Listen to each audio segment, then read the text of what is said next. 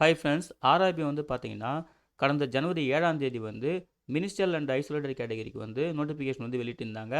இந்த நோட்டிஃபிகேஷன் இந்த ஜாபுக்கு வந்து அப்ளை பண்ணதுக்கு வந்து பார்த்தீங்கன்னா, பிப்ரவரி 6, 2025ன்னு சொல்லிட்டு லாஸ்ட் டேட் அப்படின்னு சொல்லியிருந்தாங்க. ஓகேங்களா? இதில வந்து பார்த்தீங்கன்னா, மொத்தம் ஒரு 1036 வேக்கன்சி, அதுக்கப்புறம் ஒரு 68 கேட்டகரி போஸ்டிங்க்கு வந்து அவங்க வேலைவாய்ப்பு வந்து சொல்லியிருந்தாங்க. இந்த 68 கேட்டகரி போஸ்டிங்கில வந்து பார்த்தீங்கன்னா, நம்ம சென்னை ஜோனுக்கு மட்டும் ஒரு 19 கேட்டகரி கிட்ட வந்து சொல்லியிருந்தாங்க. அந்த 19 கேட்டகரிக்கும் சேர்த்து டோட்டலா வந்து பார்த்தீங்கன்னா, 76 வேக்கன்சி சொல்லியிருந்தாங்க. ஓகேங்களா? இத பத்தி நம்ம டீட்டெயில்டா ஆல்ரெடி வீடியோல பார்த்திருந்தோம். இத தொடர்ந்து வந்து பார்த்தீங்கன்னா, ஒரு நோட்டிஃபிகேஷன் வந்து விட்டிருந்தாங்க. ஒரு அப்டேட் விட்டிருந்தாங்க. அதாவது என்ன அப்படின்னு பார்த்தீங்கன்னா, இந்த டேட் வந்து ரிவைஸ் பண்ணியிருந்தாங்க. அப்ளை பண்ற டேட். அதாவது குளோசிங் டேட் வந்து பார்த்தீங்கன்னா, பழசு. அதாவது ஃபர்ஸ்ட் வந்து நோட்டிஃபிகேஷன்ல பிப்ரவரி 6 அப்படின்னுச்சு பார்த்தீங்களா? அத வந்து பார்த்தீங்கன்னா, ஒரு 10 நாள் வந்து எக்ஸ்டெண்ட் பண்ணிட்டு, இப்போ லாஸ்ட் டேட் வந்து பார்த்தீங்கன்னா, இந்த கேட்டகரிக்கு அப்ளை பண்ணுறதுக்கு பிப்ரவரி 16, 2025ன்னு சொல்லியிருக்காங்க. ஓகேங்களா?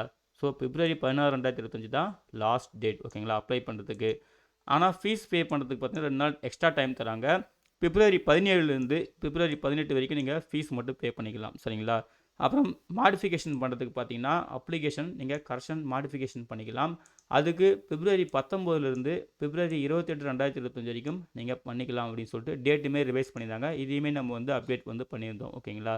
அதுக்கப்புறம் பார்த்தீங்கன்னா, மறுபடியும் ஒரு அப்டேட் வந்து வெளியிட்டிருக்காங்க.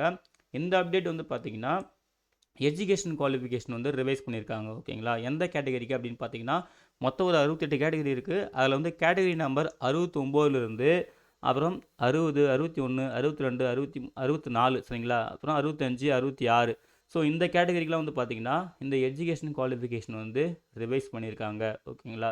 அப்படி என்ன ரிவைஸ் பண்ணியிருக்காங்கன்றன்னு சொல்லிட்டு நம்ம காமனா பார்க்கலாம்.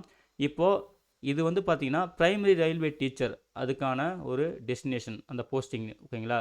ஸோ அதுக்கு வந்து பார்த்தீங்கன்னா, பழசு அதாவது ஃபர்ஸ்ட்டு விட்டிருந்தாங்க இல்லையா? அந்த நோட்டிஃபிகேஷனில ஒரு 7 ஆப்ஷன் வந்து நீங்க இந்த ஆப்ஷனில் வந்து எலிஜிபிள் ஆனீங்கன்னா, நீங்கள் வந்து இந்த போஸ்டிங்க்கு வந்து அப்ளை பண்ணலாம் அப்படின்னு சொல்லியிருந்தாங்க இல்லையா? அதாவது 7 ஆப்ஷன் ஓகேங்களா? அதாவது ஏ, பின்னு சொல்லிட்டு அந்த டீட்டெயில் நோட்டிஃபிகேஷனில் இருக்கும். கம்ப்யூட்டர் நாலேஜும் இருக்கணும்னு சொல்லியிருந்தாங்க இல்லையா? அதேமாரி இதில வந்து பார்த்தீங்கன்னா, இதில கல்வி தகுதி மட்டும் சொல்லியிருந்தாங்க. நல்லா பாருங்க.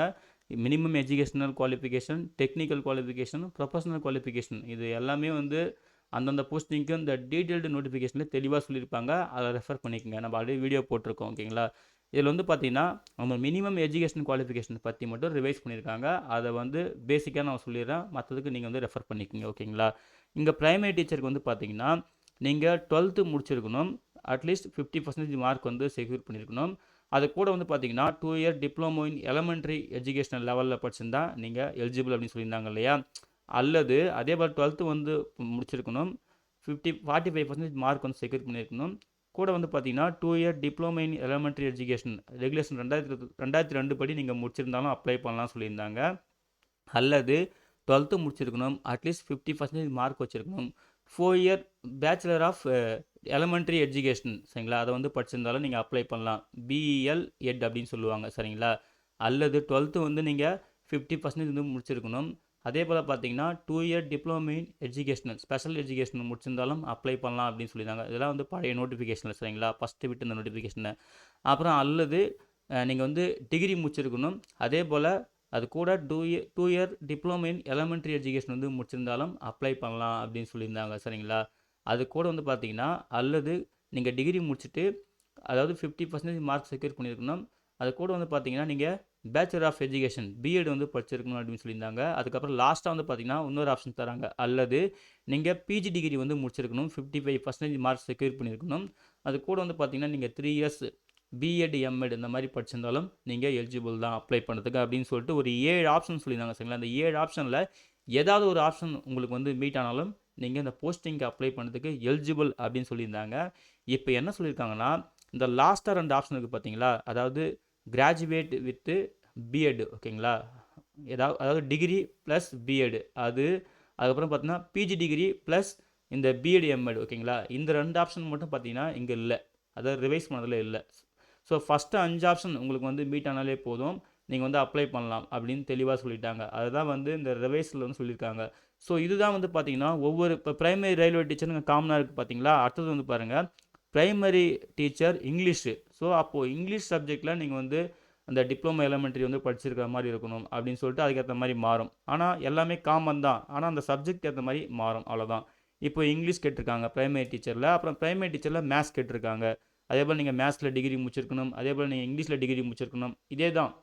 ஸோ அவங்க சொல்கிற விஷயம் என்னன்னா, இந்த graduate degree plus B Ed, PG degree plus B Ed M Ed, அந்த 2 குவாலிஃபிகேஷனை மட்டும் ரிவைஸ் பண்ணிட்டாங்க, எடுத்துட்டாங்க. சரிங்களா? ஸோ இது வந்து ஃபஸ்ட்டு விட்டு இந்த நோட்டிஃபிகேஷன் இப்போ ரிவைஸ் பண்ணது இந்த மாதிரி சொல்லியிருக்காங்க. இதுதான் வந்து பார்த்திங்கன்னா ஒவ்வொரு சப்ஜெக்ட்டுக்கும் மாறும். அதில் மேத்ஸில் இங்கிலீஷ் மீடியம், அதுக்கப்புறம் சயின்ஸில் இங்கிலீஷ் மீடியம், அப்புறம் பெங்காலி அப்படின்னு சொல்லிட்டு இந்த மாதிரி சொல்லியிருக்காங்க. தெளிவாக பார்த்துக்குங்க. அதே பிரைமரி டீச்சர் தமிழ், ஓகேங்களா? தமிழில் நீங்கள் கிராஜுவேஷன் முடிச்சிருக்கணும். இந்த மாதிரிலாம் வந்து ரிவைஸ் பண்ணியிருக்காங்க. ஸோ ஒரு டைம் வந்து நீங்கள் தெளிவாக பார்த்துக்குங்க. முக்கியமான விஷயம், இந்த கேட்டகரி நம்பர் வந்து பார்த்துக்குங்க. சரிங்களா? எந்த கேட்டகரி நம்பர், அதுக்கான போஸ்டிங் நேம் என்ன, அது எந்த பேஜ் நம்பரில் இருக்குது, சரிங்களா? அதெல்லாம் தெளிவாக கொடுத்துருக்காங்க. ஸோ அதுக்கான ரிவைஸ்டு அந்த எஜுகேஷன் குவாலிஃபிகேஷன் தெளிவாக கொடுத்துருக்காங்க.